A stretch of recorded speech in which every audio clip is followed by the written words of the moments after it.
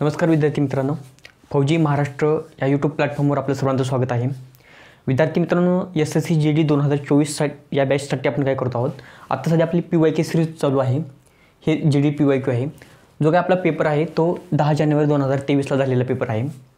यापूर्वीसुद्धा याच पेपरमधील आपण काही प्रॉब्लेम्स पाहिलेले आहेत. त्याच्यातील काही प्रॉब्लेम्स राहिलेले आहेत ते आपण या ठिकाणी पाहत आहोत. बघा विद्यार्थी मित्रांनो, हे PYQ घेण्याचं आपला एक पर्पज आहे. कोणता अप्रोच आहे की तुम्हाला एक्झाम हॉलमध्ये एका मिनिटामध्ये प्रॉब्लेम्स कसं सॉल्व करायचा. जास्त प्रॉब्लेम सॉल्व करण्यापेक्षा आपण थोडी जी काही प्रॉब्लेम्स पाहतो डेली, तर त्या प्रॉब्लेम्सला टॅकल कसं करायचं हे आपलं मेन पर्पज आहे. आता या प्रॉब्लेम्समध्ये पाहिलं ना तुम्ही, या प्रॉब्लेम्स हा अगदी सोपा आहे, पण कॅल्क्युलेशन मेथड थोडीशी अवघड आहे. जास्त प्रॉब्लेम सॉल्व करण्यापेक्षा ऑलरेडी तुम्ही डेली प्रॅक्टिस करणं हे तुमचं काम आहे, तुमचं कर्तव्य आहे. परंतु आपल्याला याच्यामधून शिकायचं काय आहे की आपल्याला कोणत्याही प्रॉब्लेम्सला हँडल कसं करायचं. ह्या 30 दिवसामध्ये आपण 30 दिवस जोपर्यंत तुमचे पेपर पूर्ण होत नाही तोपर्यंत याच कन्सेप्टला आपण पुढे नेणार आहोत. त्याचप्रमाणे तुम्हाला डिटेल लेक्चर सिरीज पाहिजे असेल तर तुम्ही काय करा, चॅनलवरती तुम्हाला डिटेल लेक्चर सिरीजसुद्धा घेण्यात आलेली, ती तुम्ही डिटेलमध्ये पाहू शकता. बघा हा प्रॉब्लेम्स पहा. मोहन 2832 रुपयाने एक टेबल विकतोय. जर त्याला होणारा नफा 18% असेल तर त्या टेबलाची किंमत किती असेल. ऑप्शन दिलेत 2480, 2500, 2440 आणि 2400 रुपये ही काय दिलेत ऑप्शन दिलेले आहेत. हा पेपर कधीचा आहे, 10 जानेवारी 2023ला पहिल्या शिफ्टचा पेपर आहे हा. या ठिकाणी पहा हा प्रॉब्लेम, एक टेबल विकतोय म्हणजे याच्यामध्ये काय दिली, ही विक्री किंमत त्याच्यामध्ये सांगितलेली, बरोबर. यामध्ये काय सांगितले, नफा सांगितलेला आहे, बरोबर. जे काही नफा असेल तोटा असेल तर आपण काय करतो, तो नेहमी खरेदी किमतीवरती दाखवत असतो. आता तुम्हाला सांगतो नफा किती आहे, 18%. 18% याचा अर्थ काय असतो, हे पर्सेंटेज तुम्हाला मी या ठिकाणी काढून दाखवतो, पण ऑलरेडी हे पर्सेंटेज तुमचे पाठ पाहिजेत. हे पर्सेंटेज तुमचे पाठ पाहिजेत. हे किती असं 9/50 हे तुम्हाला डायरेक्टली माहिती पाहिजे. ते तुम्ही कसंही करा. हे प्रॉब्लेमला इमेजिन कसं केलं पाहिजे तुम्ही. आता हा प्रॉब्लेम लिहिल्यानंतर बघा, आपण जी काही खरेदी किंमत काढतो किंवा नफा आणि तोटा कशावरती असतो, खरेदी किमतीवरती असतो. एक मिनिट, तुम्हाला ज्यांना माहिती नसेल त्यांच्यासाठी एकदा हे सॉल्व करून दाखवतो. 18% म्हणजेच काय, 18/100 पर्सेंटेज हटवा, 2 × 9 92/18 हे दोन्हीला भाग दिला, 9/50 आले. हे अशा प्रकारे 9/50 आले. म्हणजे या पूर्णांकाचा अर्थ काय होतो की 50 रुपयावरती 9 रुपयाचा नफा आहे. एक वस्तू माझ्याकडे 50 रुपयाला मी खरेदी केली, ती वस्तू विकली आणि त्याच्यामुळे मला 9 रुपयाचा फायदा झाला. मी ती वस्तू किती रुपयाला विकलेली असेल, मी 59 रुपयाला विकलेली असणार आहे. थोडक्यात त्या ठिकाणी रेशो पहा कसा येतोय. एक वस्तू आहे माझी, ती खरेदी किती रुपयाला केली, ती मी 50 रुपयाला, आणि विकल्यामुळं नफा किती झालेला आहे मला, 9 रुपयाचा. 50 रुपयावरती 9चा नफा असा त्याचा अर्थ होतो.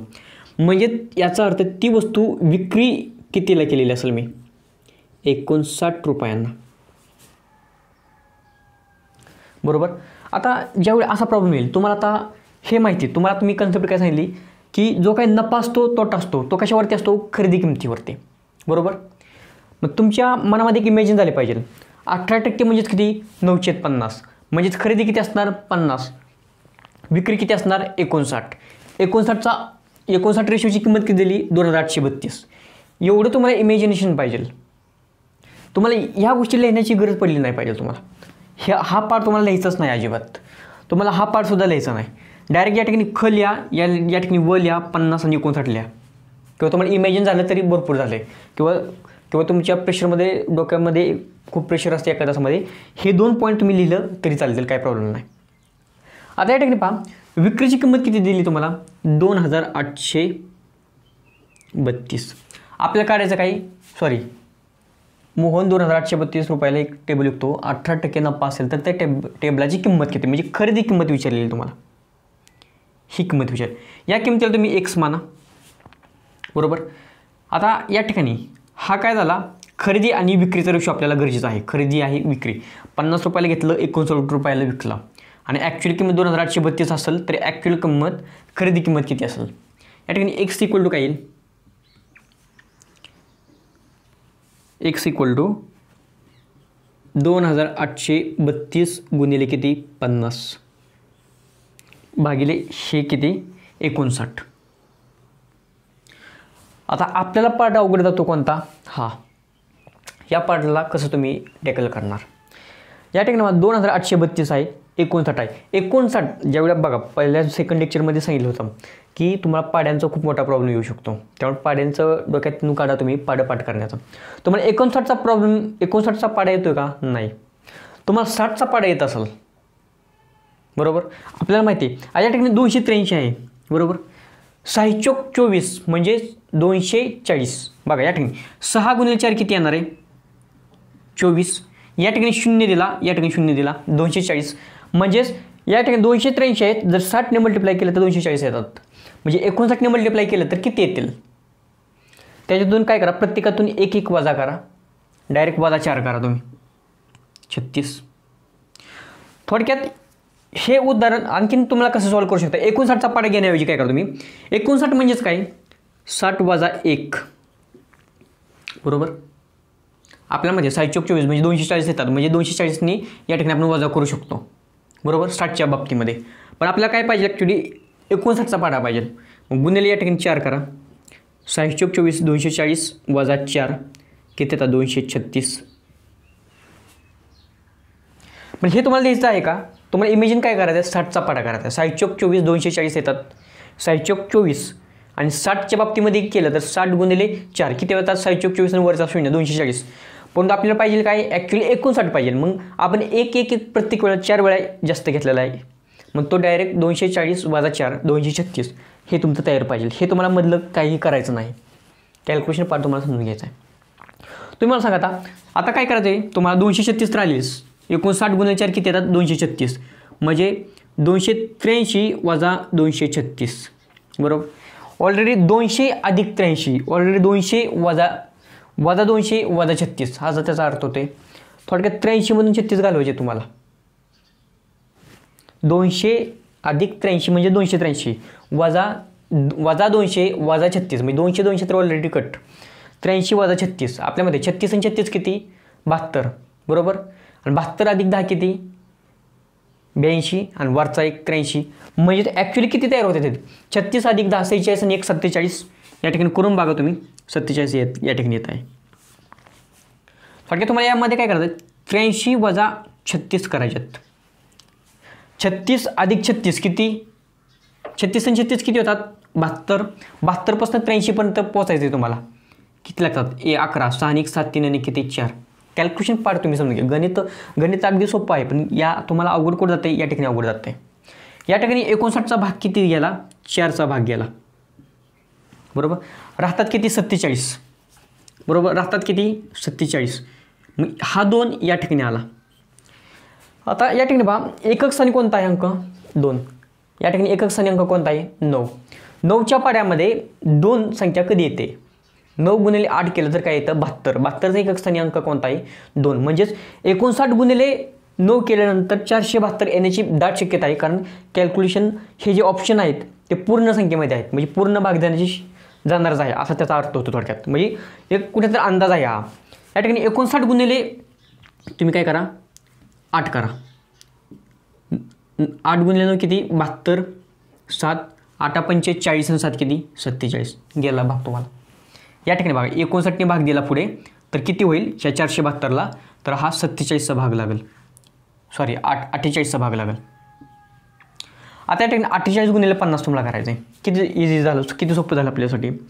48 गुणिले किती 50, हा 0 85 40 5 चूक 20 आणि 4 2400. Option D. यामध्ये कॅल्क्युलेशन पार्ट आपल्याला डेव्हलप करायचा आहे. कन्सेप्ट तर ऑलरेडी अशा आपल्या डेव्हलप होतच आहेत, पण त्या एका मिनिटामध्ये तुम्हाला आता तुमच्यासाठी एक्स्ट्रा पार्ट कोणता झाला या लेक्चर्समध्ये या 5 मिनिटामध्ये हा पार्ट तुम्हाला एक्स्ट्रा झाला. हा तुम्हाला डायरेक्ट इमॅजिनेशन पाहिजे, बरोबर. तुम्हाला डायरेक्ट खरेदी विक्री हे लिहिता आलं पाहिजे. आणि त्याच्यानंतर हा राहतो तो एवढा एकच पार्ट, बरोबर का. आता हा पार्ट राहिल्यानंतर सुद्धा ज्याच्या ठिकाणी 59 आलं तर 60 वजा 1 करा तुम्ही लगेच आणि ते पण तुम्हाला हे पण लिहिण्याची गरज नाही, तुम्हाला ते इमॅजिनमधूनच करायचं आहे. 6 चौक 24 240 वजा किती घेतलेत आपण 1 घेतला एक्स्ट्रा, म्हणजे 1 गुणिले 4 किती 4 240 वजा 4 किती येतात 236. आणि तो आपल्याला वजाबाकी करणं काय एवढं अवघड नाही. मग अशा प्रकारे आपल्याला कॅल्क्युलेशन शिकायचं आहे यामध्ये. ठीक आहे, आपण पुढचा प्रश्न पाहूया. बघा, हा दुसरा प्रश्न आहे. 10% दराने वार्षिक चक्रवाढ व्याज वापरून किती वर्षात 80,000 रुपयाची रक्कम 1,17,128 रुपये होईल? आता या प्रॉब्लेम्सला बघा किती वर्षात विचारलं, 4 वर्ष, 2 वर्ष, 2.5 वर्ष, 3.5 वर्ष. या प्रॉब्लेम्समध्ये बघा चक्रवाढ व्याज वापरलेलं आहे आणि किती वर्ष विचारलेलं आहे, दिलेले दर दिलेले, रक्कम दिलेली, म्हणजे जी काही मुद्दल आहे आणि त्याच्यापासून जी अमाऊंट तयार होते ते पण सर्व दिलेले आहे. अशा प्रॉब्लेम्समध्ये काय करा, जर चक्रवाढ व्याज मेथड असेल तर याच्यामध्ये काय असतं, याच्यामध्ये जो क्यूब असेल आलेला जो काही यांचा असेल रेशो असेल तर, किंवा रेशोज म्हणतो आहे, पण याच्यामध्ये जी मेथड यूज केली जाईल याच्यामध्ये क्यूब तयार होत असेल तर ते 3 वर्षाचे जे असते. जर स्क्वेअर तयार होत असेल तर 2 वर्षामध्ये जी रक्कम होणार असते ती कशी होते ती या ठिकाणी आपण पाहूया. एकदा व्यवस्थित पहा शेवटपर्यंत. या ठिकाणी पहा 80,000 रुपयाची ही रक्कम आहे. हा प्रॉब्लेम अशा प्रकारे डिझाईन करावा लागतो, कारण त्याच्यामध्ये तुम्हाला पण एका मिनिटामध्ये सॉल्व करायचं आहे. त्याच्यामुळे तुम्ही जास्त काही डोकं पण लावू नका याच्यामध्ये. जसे कन्सेप्ट सांगितली जाईल, जर अशा प्रकारचा प्रॉब्लेम आला तुम्हाला डायरेक्ट कसा सॉल्व करता येईल ते तुम्ही पहा. या ठिकाणी 80,000 रुपये आहे, बरोबर. आणि किती रुपये त्याची रक्कम होणार आहे? 1,17,128, बरोबर. याच्यामधून आपल्याला हा क्यूब रूट कशाचा, हा क्यूब कशाचा आहे का, हा स्क्वेअर कशाचा आहे का, काही इमेजिन होत नाही किंवा तो आपल्याला नाहीसुद्धा आपल्याला लगेच समजत आहे. याच्यामध्ये काय करतो मी, 8ने डिवाईड करायचं दोन्ही संख्येला, दोन्हीमध्ये. किंवा याच्यामध्ये आपल्याला एक अंदाज घेता आला पाहिजे की आपल्याला याला जर डिवाईड केला 8ने किंवा ह्याला या ठिकाणी 8ने डिवाईड केलं तर एक जी संख्या तयार होईल ती कदाचित 10च्या स्क्वेअरमध्ये, 10च्या पाड्यामध्ये, 10च्या कोणत्या पट्टीमध्ये ते हे आपल्याला समजत आहे, बरोबर. या ठिकाणी पहा 8ने याला डिवाईड केलं तर किती येईल? 8 1 8, हा 0, हा 0, हा 0, हा 0, बरोबर. या ठिकाणी बघा मी 8ने डिवाईड केलं. या ठिकाणी पहा आता या ठिकाणी 10,000 आलेले आहे, बरोबर का. याला जर 8ने डिवाईड केलं तुम्हाला डायरेक्ट जर या ठिकाणी समजते काय समजते तुम्हाला, हा काय आहे 10चा जर मी वर्ग केला तर किती असतो? 100. तर मी या ठिकाणी 10चा क्यूब केला तर काय असतो? 1,000. आणि 10चा मी 4था घात केला तर काय येतो? 1,000 परत वरती 1 0 म्हणजे 10,000. या ठिकाणी हे 10,000 आहेत, म्हणजे ॲन्सर डायरेक्टली काय असणार तुमचं? 4थं वर्ष असणार आहे. या ठिकाणी पुढचं पण या ठिकाणी 8ने डिवाईड करा. आता तुम्हाला एक कमेंट सेक्शनमध्ये सांगा हा कशाचा क्यूब रूट आहे, हा कशाचा क्यूब आहे, हे तुम्ही कमेंट सेक्शनमध्ये सांगा. किंवा कशाची 4थी पॉवर, क्यूब रूट नाही, कशाची 4थी पॉवर आहे हे तुम्हाला सांगायचं आहे. या ठिकाणी डिवाईड करा. 8 1 8 राहतात 3, 8 चौक 32, 32 आणि 4 किती? 32 आणि 5, 8 सक 48, 48 आणि या ठिकाणी 3, 8 चौक 32, 8 1 8, 14,741. जसं हा 10चा 4था भाग आहे, 10चा 4थी पॉवर आहे, तशी ही कशाची 4थी पॉवर आहे हे तुम्हाला इमेजिन करून सांगायचं आहे. तुम्हाला या प्रश्नाचं उत्तर द्यायचं कमेंट सेक्शनमध्ये सांगा. आणि तुम्हाला जर कधी एक्झाममध्ये गेला तुम्हाला जर समजलं आहे, तुम्हाला अशा प्रकारच्या प्रॉब्लेम्समध्ये जसं हा कशाचा 4था पॉवर असतो तसा हा पण 4था पॉवर असतो, किंवा हा कशाचा क्यूब असेल तर हा पण कशाचा क्यूब असता, हा कशाचा जर स्क्वेअर असेल तर हा पण कशाचा तर स्क्वेअर येतो. हे तुम्ही लक्षात ठेवा.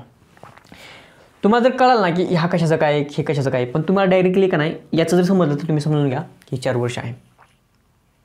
हा जर 3 वर्ष म्हणजे ही संख्या सोपी आहे आपल्यासाठी, हे इमॅजिन होतं आहे, लगेच कॅल्क्युलेशन करते. तुम्हाला एवढं सगळं काय मांडण्याची गरज आहे का? तुम्ही या ठिकाणी जरी 8ने डिवाईड केलं तुम्हाला लगेच समजते की हे 10ची 4थी पॉवर आहे, हे 4 वर्षाचं गणित असणार, 4 वर्षामध्ये ही रक्कम होणार आहे. तुम्ही कॅल्क्युलेशन करा, सॉल्व करून बघा, तुम्हाला ते उत्तर येणार आहे.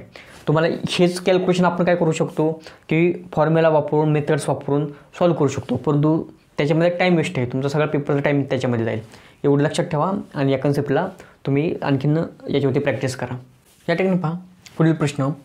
5 घंटा आहेत, 5 घंटा सकाळी 9 वाजता एकत्र वाजतात, त्या 12 सेकंद, 18 सेकंद, 24 सेकंद, 36 सेकंद आणि 45 सेकंद अंतराने वाजतात, तर त्या घंटा पुन्हा किती वाजता एकत्र वाजतील असं विचारलेलं आहे. मग या ठिकाणी अशा प्रॉब्लेम्समध्ये LCM मेथड महत्त्वाची असते तुमची. आता LCM मेथड महत्त्वाचे आहेत, बरोबर. यामध्ये आता LCM मेथडमध्ये काय होणार आहे तुम्हाला बघा असा चार्ट पण दिला जातो प्रत्येक वेळी, ही जी काही सेकंद आहेत किंवा ही म्हणजे 9 वाजता जर 9 वाजता घंटा काय वाजतात एकत्र वाजतात आणि परत LCM घेतल्यानंतर तो टाईम आहे त्या या ठिकाणी तुम्हाला ॲड करायचा आहे 9 प्लस तो टाईम पुढचा. कसं ते तुम्हाला सांगतो. आता याच्यामध्ये काय असतं LCM मेथड असते. जे काही सेकंद दिले ते काय करायचं सेकंदांचा काय करायचा असतो LCM घ्यायचा असतो. तुम्ही या ठिकाणी जर असं मांडत गेलं तर तुमचा वेळ लागू शकतो. तुम्ही असं मांडत गेला पटापट कॅल्क्युलेशन केलं तर तुम्हाला सोपं पडेल, त्याच्यात काय वाद नाही. विद्यार्थी साईडचा जर कोणता आवाज येतो थोडंफार तर तुम्ही ॲडजस्ट करा. आपल्याला प्रॉब्लेम सॉल्व्ह करणं महत्त्वाचं आहे. एक स्ट्रॅटेजी जास्त महत्त्वाचं आहे. आपल्याला सिलेक्शन मिळवायचं आहे. त्याच्याबद्दल तुम्ही काही विचार जास्त वेगळा करू नका. तुम्हाला कन्सेप्ट क्लिअर होण्यापुरता आवाज येतोय काय तुम्ही टेन्शन घेऊ नका त्याचा. आता या ठिकाणी पहा स्ट्रेचेशन तुम्ही जर गेला तरी चालतंय. तुम्ही 12 घ्या 18 घ्या 24 घ्या 36 घ्या या ठिकाणी 45 घ्या. तुम्ही डायरेक्ट अशा पद्धतीने सॉल्व्ह केला आणि याच्यामध्ये जे काउंटिंग होईल ते काय असणार आहे तुमचं सेकंद असणार आहेत. या ठिकाणी सेकंद येतील आणि सेकंदचं काय करा तुम्ही मिनिटमध्ये करा आणि हे मिनिट यामध्ये जोडा. ही एक पद्धत आहे. ही जनरली आपण प्रत्येक वेळी वापरतो. अगदी सोप्या पद्धतीने पण हे करता येतं. 1 मिनिटामध्ये तुम्हाला सॉल्व्ह होऊ शकतं बरोबर. जर तुम्ही या ठिकाणी ठीक आहे ही तुम्हाला पद्धत ऑलरेडी माहिती असेल असं मी कन्सिडर करतो. आणि दुसरी एक मेथड आहे ती आपण या ठिकाणी पाहूया. आता या ठिकाणी पहा जे काही संख्या दिल्यात 12 18 24 36 आणि 45 ह्या सर्वांचा काय करायचं आपल्याला लसावी घ्यायचा आहे. काय करा तुम्ही सगळ्यात मोठी संख्या कोणती आहे 45. या ठिकाणी 45 घ्या. हे कट करा. या ठिकाणी 45 ही संख्या घ्या तुम्ही बरोबर. 45 संख्या घेतल्यानंतर 45ला इतर संख्येने भाग जातोय का बघा. 45ला 12ने भाग जातोय का नाही. 45ची दुप्पट केली तुम्ही 90. 90ला 12ने भाग जातोय का 12 72 12 7 84. म्हणजे प्रत्येक संख्येने भाग गेला पाहिजे त्यावेळी तो लसावी म्हणू शकतो आपण. जात नाही या ठिकाणी 45ची पट घेत जायचं आहे तुम्हाला. नाही झालं तर डायरेक्ट काय करा 90ची दुप्पट काय करा 180. 180ला 12ने भाग जातोय का जातोय. 18ने भाग जातोय 180ला जातोय. या ठिकाणी बघा 24ने जर तुम्ही विचार केला तर 24ने भाग जातोय का बघा. 180 भागिले 24 12 2 24 12 1 12 12 5 60 बे 7.5 येईल. हा भाग जात नाही बरोबर. मग तुम्ही काय करा 180 दुप्पट करा 360 येईल या ठिकाणी. आता 360नी भाग जातोय का बघा. या ठिकाणी 12ने भाग दिला 12 3 36 भाग जातोय. 18ने भाग दिला 18 2 36 24ने तर 360 भागिले 24 बघा बरं या ठिकाणी 12 2 24 12 3 36 2 15 हा भाग जातोय 24ने सुद्धा. 36 360ला 36ने भाग जातोय आणि 45ची पट आहे ही 360 म्हणजेच 45ने सुद्धा भाग जातोय. म्हणजेच हा डायरेक्ट काय झाला तुमचा LCM झाला लसावी झाला. तुम्ही या पद्धतीने जरी केलं ना पटापटा तर तुम्हाला 360 सेकंद येणार तुमचे. या ठिकाणचं तुम्ही मल्टिप्लिकेशन करणार शेवटी बरोबर. या ठिकाणी बाई हे काय झालं 360 सेकंद आहे ते. आपल्याला काय करायचं आहे 9 वाजून किती मिनिटांनी ऑलरेडी 9 वाजता सुरू झालेलं आहे बरोबर. हे 360 सेकंद आहेत बरोबर. जर हे 60पेक्षा कमी सेकंद असते 10 सेकंद 5 सेकंद तर आपण 9 वाजून म्हणजे जे काही सेकंद असते वरचे घेतले असते बरोबर 9 वाजून 0 मिनिट किंवा आणि वरचे काय असेल ते सेकंद. पण आपल्याला काय करायचं मिनिटमध्ये डाटा घ्यायचा आहे. या ठिकाणी 360 सेकंद म्हणजेच मिनिट किती करायचे असतील तर आपण काय करतो भागिले स्टार्ट करतो. हा 0 गेला 6 36 6 मिनिट झाले. आता हे काय झाले 6 मिनिट झाले. म्हणजेच 9 वाजून 6 मिनिटांनी काय होणार आहे हे पुन्हा एकत्र वाजणार आहेत. या ठिकाणी ऑप्शन बी 9 वाजून 6 मिनिटांनी म्हणजेच 9:06 AM बघा. हा पुढील प्रश्न आता आपण पाहूया. अशाच स्ट्रॅटेजी महत्त्वाची आहे. तुम्हाला या कॅल्क्युलेशनला पाठवा या ठिकाणी जे कॅल्क्युलेशन होणार आहे ते तुमचं वाचलं पाहिजे. तुम्हाला डायरेक्टली हे समजलं पाहिजे. मग विद्यार्थी मित्रांनो हा पुढील प्रश्न पहा. ए हा आपल्या पगारातील 45% पगार अन्नावर खर्च करतोय आणि 5% पगार हा वृद्धाश्रमावर दान करतोय. जर त्याने अन्न आणि वृद्धाश्रमासाठी 28,500 रुपये खर्च केले असते तर एचा पगार शोधा. या ठिकाणी पहा आपल्या सर्वांना माहिती आहे उत्पन्न काय असतं खर्च आणि बचत ह्या दोघांची जी बेरीज असते ते काय असतं उत्पन्न असतं बरोबर. आता यामध्ये मला सांगा आपल्याला काय करायचं आहे एचा पगार काढायचा म्हणजे एचं उत्पन्न आहे ते एचा पगार झालेला आहे आणि त्या पगारामध्ये तो काही काय करतो खर्च करतो आणि जेवढा खर्च करतो आणि जी शिल्लक राहील ती काय असते बचत असते. या ठिकाणी खर्च दिलेला आहे बरोबर. 45% काय सांगितलं 45% त्यांनी किती खर्च केला आहे अन्नावरती खर्च केला आहे आणि 5% आपण काय केलं आहे वृद्धाश्रमावरती खर्च केला आहे. याचा अर्थ काय होतो 50% खर्च झालेला आहे. इमॅजिनेशन पहा 45 आणि 50% त्यांनी काय केलं आहे खर्च केलेला आहे, म्हणजे 50% खर्च केलेला आहे, बरोबर. 50% खर्च केला याचा अर्थ बचत किती राहिली तुझी, त्याची 50% राहिलेली. आणि एकूण पगार किती असतो त्याचा, नेहमी 100% जे काही उत्पन्न असतं, जे काही पगार असतो त्याला आपण 100% म्हणत असतो. 100% पगार असतो, त्यातला 50% खर्च केला, म्हणजे बचत किती आहे 50%, बरोबर. मग खर्च 50% आणि बचत उत्पन्न किंवा त्याचा पगार किती होता 100%, खर्च किती केला आहे 50%. 50ची दुप्पट किती 100, म्हणजे ही 2 पट आहे.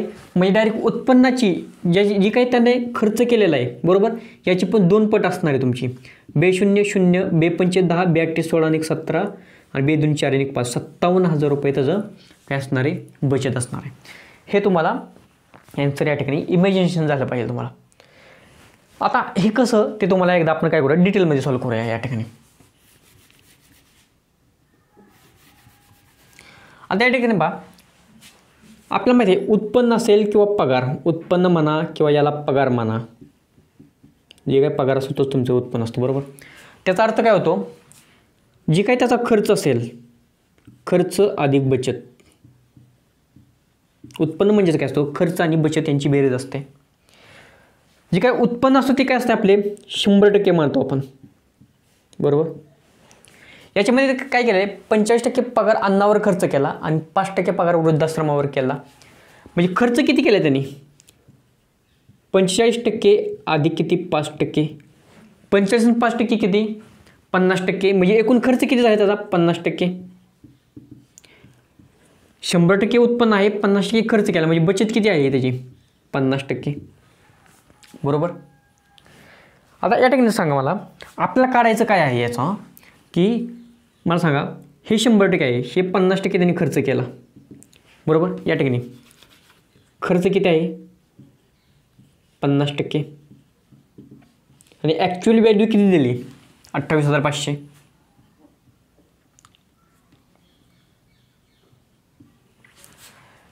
खर्च 50% आहे, 50% म्हणजे एकूण किती सांगितलं त्यांनी 28,500. तर एकूण याच्यामध्ये काय सांगितलं, हा काय खर्च, आणि तुम्हाला काय सांगितलं त्यांनी उत्पन्न विचारले किंवा पगार विचारलेला आहे. आणि पगार आपण किती म्हणतो, नेहमी 100% म्हणत असतो, बरोबर. ही याची पट किती आहे 2 पट, याची पण काय घ्या तुम्ही 2 पट घ्या या ठिकाणी. B0 0, B5 10, B8 16 आणि 17, B2 4 आणि 5 57,000 रुपये त्याचा पेमेंट असणार आहे. तर मला हे कॅल्क्युलेशन करण्याची गरज आहे, डायरेक्ट इमॅजिनेशन झालं पाहिजे. त्याच्यामुळे काय करा तुम्ही या ठिकाणी कन्सेप्ट शिकला की तुम्ही या टाईपचे 4-4, 5-5, 2-2, 3-3 काय असतील ते, किंवा तुम्ही शेवटपर्यंत जर लेक्चर पाहत राहिला तर तुमचे कन्सेप्ट ॲटोमॅटिकली अशा तुमचं माइंड डेव्हलप होईल त्यानुसार. विद्यार्थी मित्रांनो, तुम्ही असा विचार कधी करू नका की हा व्हाईट बोर्ड आहे, तुम्हाला डिजिटल बोर्डची सवय आहे. तुम्हाला एक्झाममध्ये जे उपयोगी येणार ते काय येणार आहे, तो उपयोगी कन्सेप्ट येणार आहेत. त्या कन्सेप्ट तुमच्यासाठी महत्त्वाच्या आहेत. म्हणजे असं कधी इमेजिन करू नका की डिजिटल बोर्ड आला, डिजिटल बोर्ड असलं म्हणजे जास्त समजायला सोपं पडतं, बरोबर. असं काही तुम्ही समजू नका. तुम्हाला कन्सेप्ट 1 मिनिटाचा प्रॉब्लेम कसा सॉल्व्ह करायचा, ही कन्सेप्ट तुमच्यासाठी एक्झाममध्ये उपयोगी येणार आहे. त्याच्यामुळे या ठिकाणी बोर्ड कसा दिसतो, या साईडची भिंत दिसते, अशा प्रकारचा विचार कधी करू नका. कारण तुम्हाला उपयोगी येणार काय आहे, नॉलेज, आणि ते नॉलेज घेण्याचं फक्त तुम्ही काम करा व्यवस्थितपणे. ठीक आहे. पुढील प्रश्न पाहूया. मग विद्यार्थी मित्रांनो, पुढील प्रश्न पहा. गतस्थानावर पोहोचण्यासाठी एक व्यक्ती 4 वेगवेगळ्या मार्गांनी सायकल चालवतोय. या संपूर्ण प्रवासादरम्यान सरासरी वेग निश्चित करायला सांगितलं आहे. आता तो काय करतोय, ए मार्गाने गेला, 5 km/h स्पीडने गेला आणि 20 किलोमीटर त्याला एका ठिकाणी जायचं आहे. प्रॉब्लेमला थोडं इमॅजिन्स करा. एक व्यक्ती आहे, त्याला या ठिकाणी जायचं आहे, या ठिकाणी. तो काय केलं, पहिल्यांदा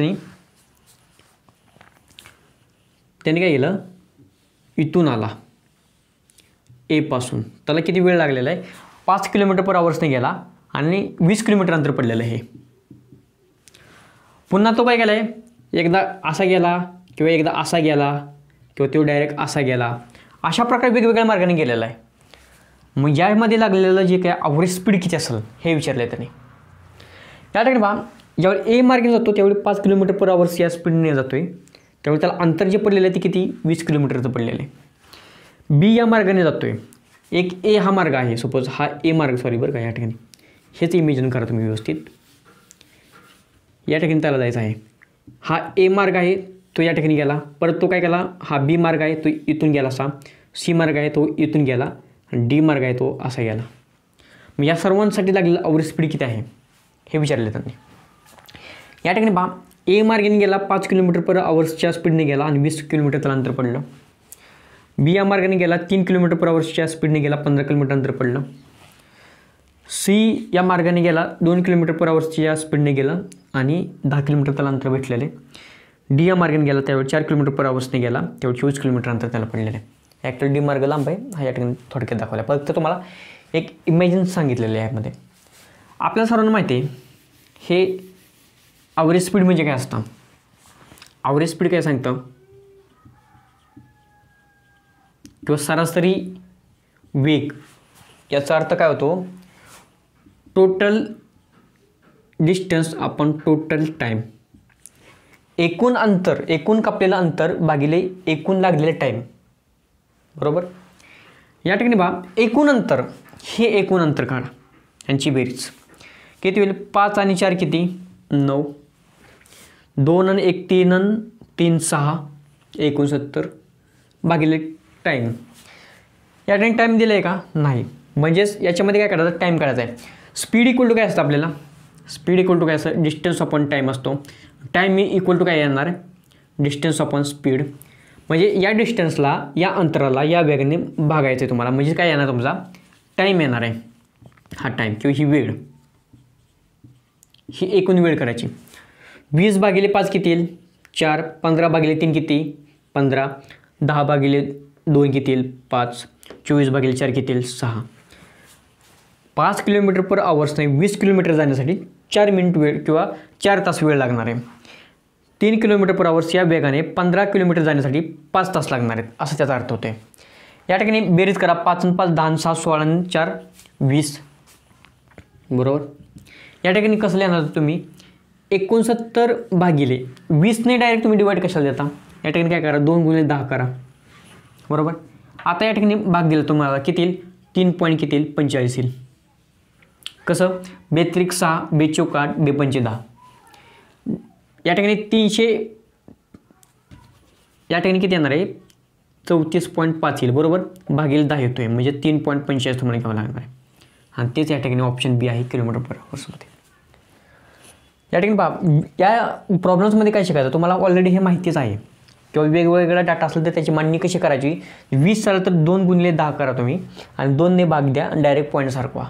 एवढंच तुमच्या डोक्यात आलं पाहिजे. हे तुम्हाला या प्रॉब्लेम्समध्ये शिकायचं आहे. ठीक आहे, आपण पुढील प्रश्न पाहूया. बघा विद्यार्थी मित्रांनो, हा पुढील प्रश्न, हा प्रश्न काय सांगतोय 3,50,000 रुपयाची एक कार आहे, खरेदी केली आणि 4,35,000 रुपयाला विकली, तर नफा पर्सेंटेज किती. बघा विद्यार्थी मित्रांनो, नफा पर्सेंटेज किती विचारलेलं आहे. आणि अशा प्रॉब्लेम्समध्ये हे जी कॅल्क्युलेशन देते एवढे मोठे संख्या दिली त्यांचं कॅल्क्युलेशन एवढं मोठं करत बसायचं नाही आपल्याला. याच्यामध्ये काय करा तुम्ही रेशो घ्या. तुम्ही डायरेक्ट बघा या ठिकाणी जर तुम्हाला नफा पर्सेंटेज काढायचं असेल तर काय करणार तुम्ही 3,50,000 रुपये आहे आणि 4,35,000 रुपये आहेत. ह्या दोघांमधला फरक करणार. जर तुम्ही फॉर्म्युला वापराल तर तुम्ही काय कराल बरोबर. याच्यामध्ये बघा विक्री किंमत आणि खरेदी किंमत या दोघांची वजाबाकी करणार तुम्ही, बरोबर. जे काही नफा येणार, बरोबर, हा नफा भागिले काय करणार तुम्ही खरेदी किंमत. ही खरेदी किंमत किती आहे 3,50,000 रुपये आणि गुणिले काय करणार तुम्ही 100% करणार तुम्ही. नफा आणि खरेदी किंमत आणि 100%. आता जर तुम्ही जर अशा प्रकारचं तुम्ही इमॅजिन केलं किंवा वापरलं तर तुम्हाला कॅल्क्युलेशन तुमचं हार्ड होणार आहे. आणि या ठिकाणी बघा ऑप्शन्स पण बघा पॉईंटमध्ये दिलेच. हे पॉईंट पर्सेंटेज सगळे आहेत. जर तुम्ही अशा पद्धतीने केलं तर तुमचं काय होणार आहे थोडंसं तुम्हाला कॅल्क्युलेशन लेंथी होईल. 4 मिनटं 5 मिनटं सुद्धा जाऊ शकतं तुमची. पण तुम्ही काय करायचं तुम्ही त्यापेक्षा आता या ठिकाणी 3 लाख या ठिकाणी जर तुम्ही केला असा ह्या ठिकाणी काय करणार तुम्ही 4,35,000 वजा किती करणार तुम्ही 3,50,000 जो काही या ठिकाणी फरक येणार, बरोबर. तो फरक या नफ्याच्या वेळी तुम्ही वापरणार. खरेदी किंमत किती आहे तुमची 3,50,000 बरोबर आणि गुणिले 100% हे तुम्ही काढणार, बरोबर. म्हणजे एवढं जर तुम्हाला कॅल्क्युलेशन करायचं म्हटलं आणि ह्यामध्ये काय आहे पॉईंटमध्ये ॲन्सर आहे, मग तुमचा वेळ खूप व्हायला जाणार आहे. तुम्ही काय करायचं त्याऐवजी ही काय केली तुम्हाला खरेदी किंमत दिली. तुम्हाला विक्री किंमत माहिती आहे तुम्हाला विक्री किंमत किती दिली तुम्हाला 3,50,000 हे या ठिकाणी किती दिलं आहे 4 35 3 0. प्रॉब्लेम्सला तुम्हाला काय करायचं सोपं करायचं आहे. रेशो घ्या 3 0 गेले या ठिकाणी 3 0 गेले. याला 5ने भाग जातो आहे, याला पण 5ने भाग जातो आहे. दोघांना 5ने भाग द्या. 5ने भाग दिला तर काय येईल 5 × 7 5 7 35 0. याला 5ने भाग दिला तर किती येईल 85 40 5 7 35. थोडक्यात खरेदी किंमत 70 रुपये आहे, विक्री किंमत 87 रुपये आहे. आता येणारा नफ्याची टक्केवारी काढा तुम्ही. आता खरेदी किंमत आणि विक्री किंमत या दोघांमध्ये फरक किती झाला 17 रुपयांचा झाला. म्हणजे 70 रुपयाची वस्तू 87 रुपयाला विकली, फायदा किती झाला नफा किती झाला 70 रुपयाचा. तुम्हाला ह्या दोघांची वजाबाकी केलं तर हे जे आन्सर येणार आहे हे 17चे पट असणार आहे असा त्याचा अर्थ होतो. त्यापेक्षा कॅल्क्युलेशन मोठं होईल असं करा तुम्ही. आता या ठिकाणी पहा 17 रुपयाचा नफा किती खरेदी किमतीवरती 70 रुपयावरती. आणि या ठिकाणी काय करा 100%. या ठिकाणी जे करणार होता तुम्ही 3,50,000 सोबत ते काय करणार तुम्ही 70 सोबत करणार. या ठिकाणी पहा भाग द्या तुम्ही. हा 0 गेला. 17 × 10 किती येईल 170/7 बरोबर. आता पुन्हा भाग द्या. या ठिकाणी पहा 7 × 2 किती 14. 14 आणि 3 किती 17 राहतात. 7 चौक किती 28. आता या ठिकाणी 24 म्हटलं एवढं 24 आलं की डायरेक्ट ऑप्शन बी तुमचा क्लिअर झालेला आहे. पुढचं कॅल्क्युलेशन करण्याची गरज आहे का तुम्हाला नाही. तुम्हाला इथपर्यंतच कॅल्क्युलेशन करा. डायरेक्ट तुमचं 24 ऑप्शन मॅच झालेला विषय संपला. पुढे आपण पाहूया. या ठिकाणी 7 चौक 28 राहतात किती 7 चौक 28 30 होते ना 2 राहिले बरोबर. आणि 1 मिनटं 7 2 14 14 आणि 3 किती 17. 7 चौक 28 28 आणि 2 30 आणि जवळजवळ या ठिकाणी पुन्हा 7 2 14 किंवा 7 या ठिकाणी 20 किंवा 21 जरी घेतलं तुम्ही तर 7 21 होऊ शकतं बरोबर. एक या ठिकाणी काय केलं आपण एक इमेजेस हे असते काय म्हणतात त्याला व्हॅल्यू नियर अबाउटची व्हॅल्यू घेतली तुम्ही तर काय येते तुमचं 24.3 येते. या ठिकाणी महत्त्वाचं आहे. आणि बघा अशा प्रकारे तुम्हाला सॉल्व करायचं आहे. त्याच्यामध्ये वेगळं तुम्ही काही थोडंसं पॉईंटला तुम्ही ॲडजस्ट केलं तरी याच्यामध्ये बघा प्रत्येक पॉईंट वेगळा आहे, प्रत्येक संख्या वेगळी आहे, पूर्ण संख्या पूर्ण वेगळ्या आहे. 23 आहे 24 आहे 21 आहे 20 आहे.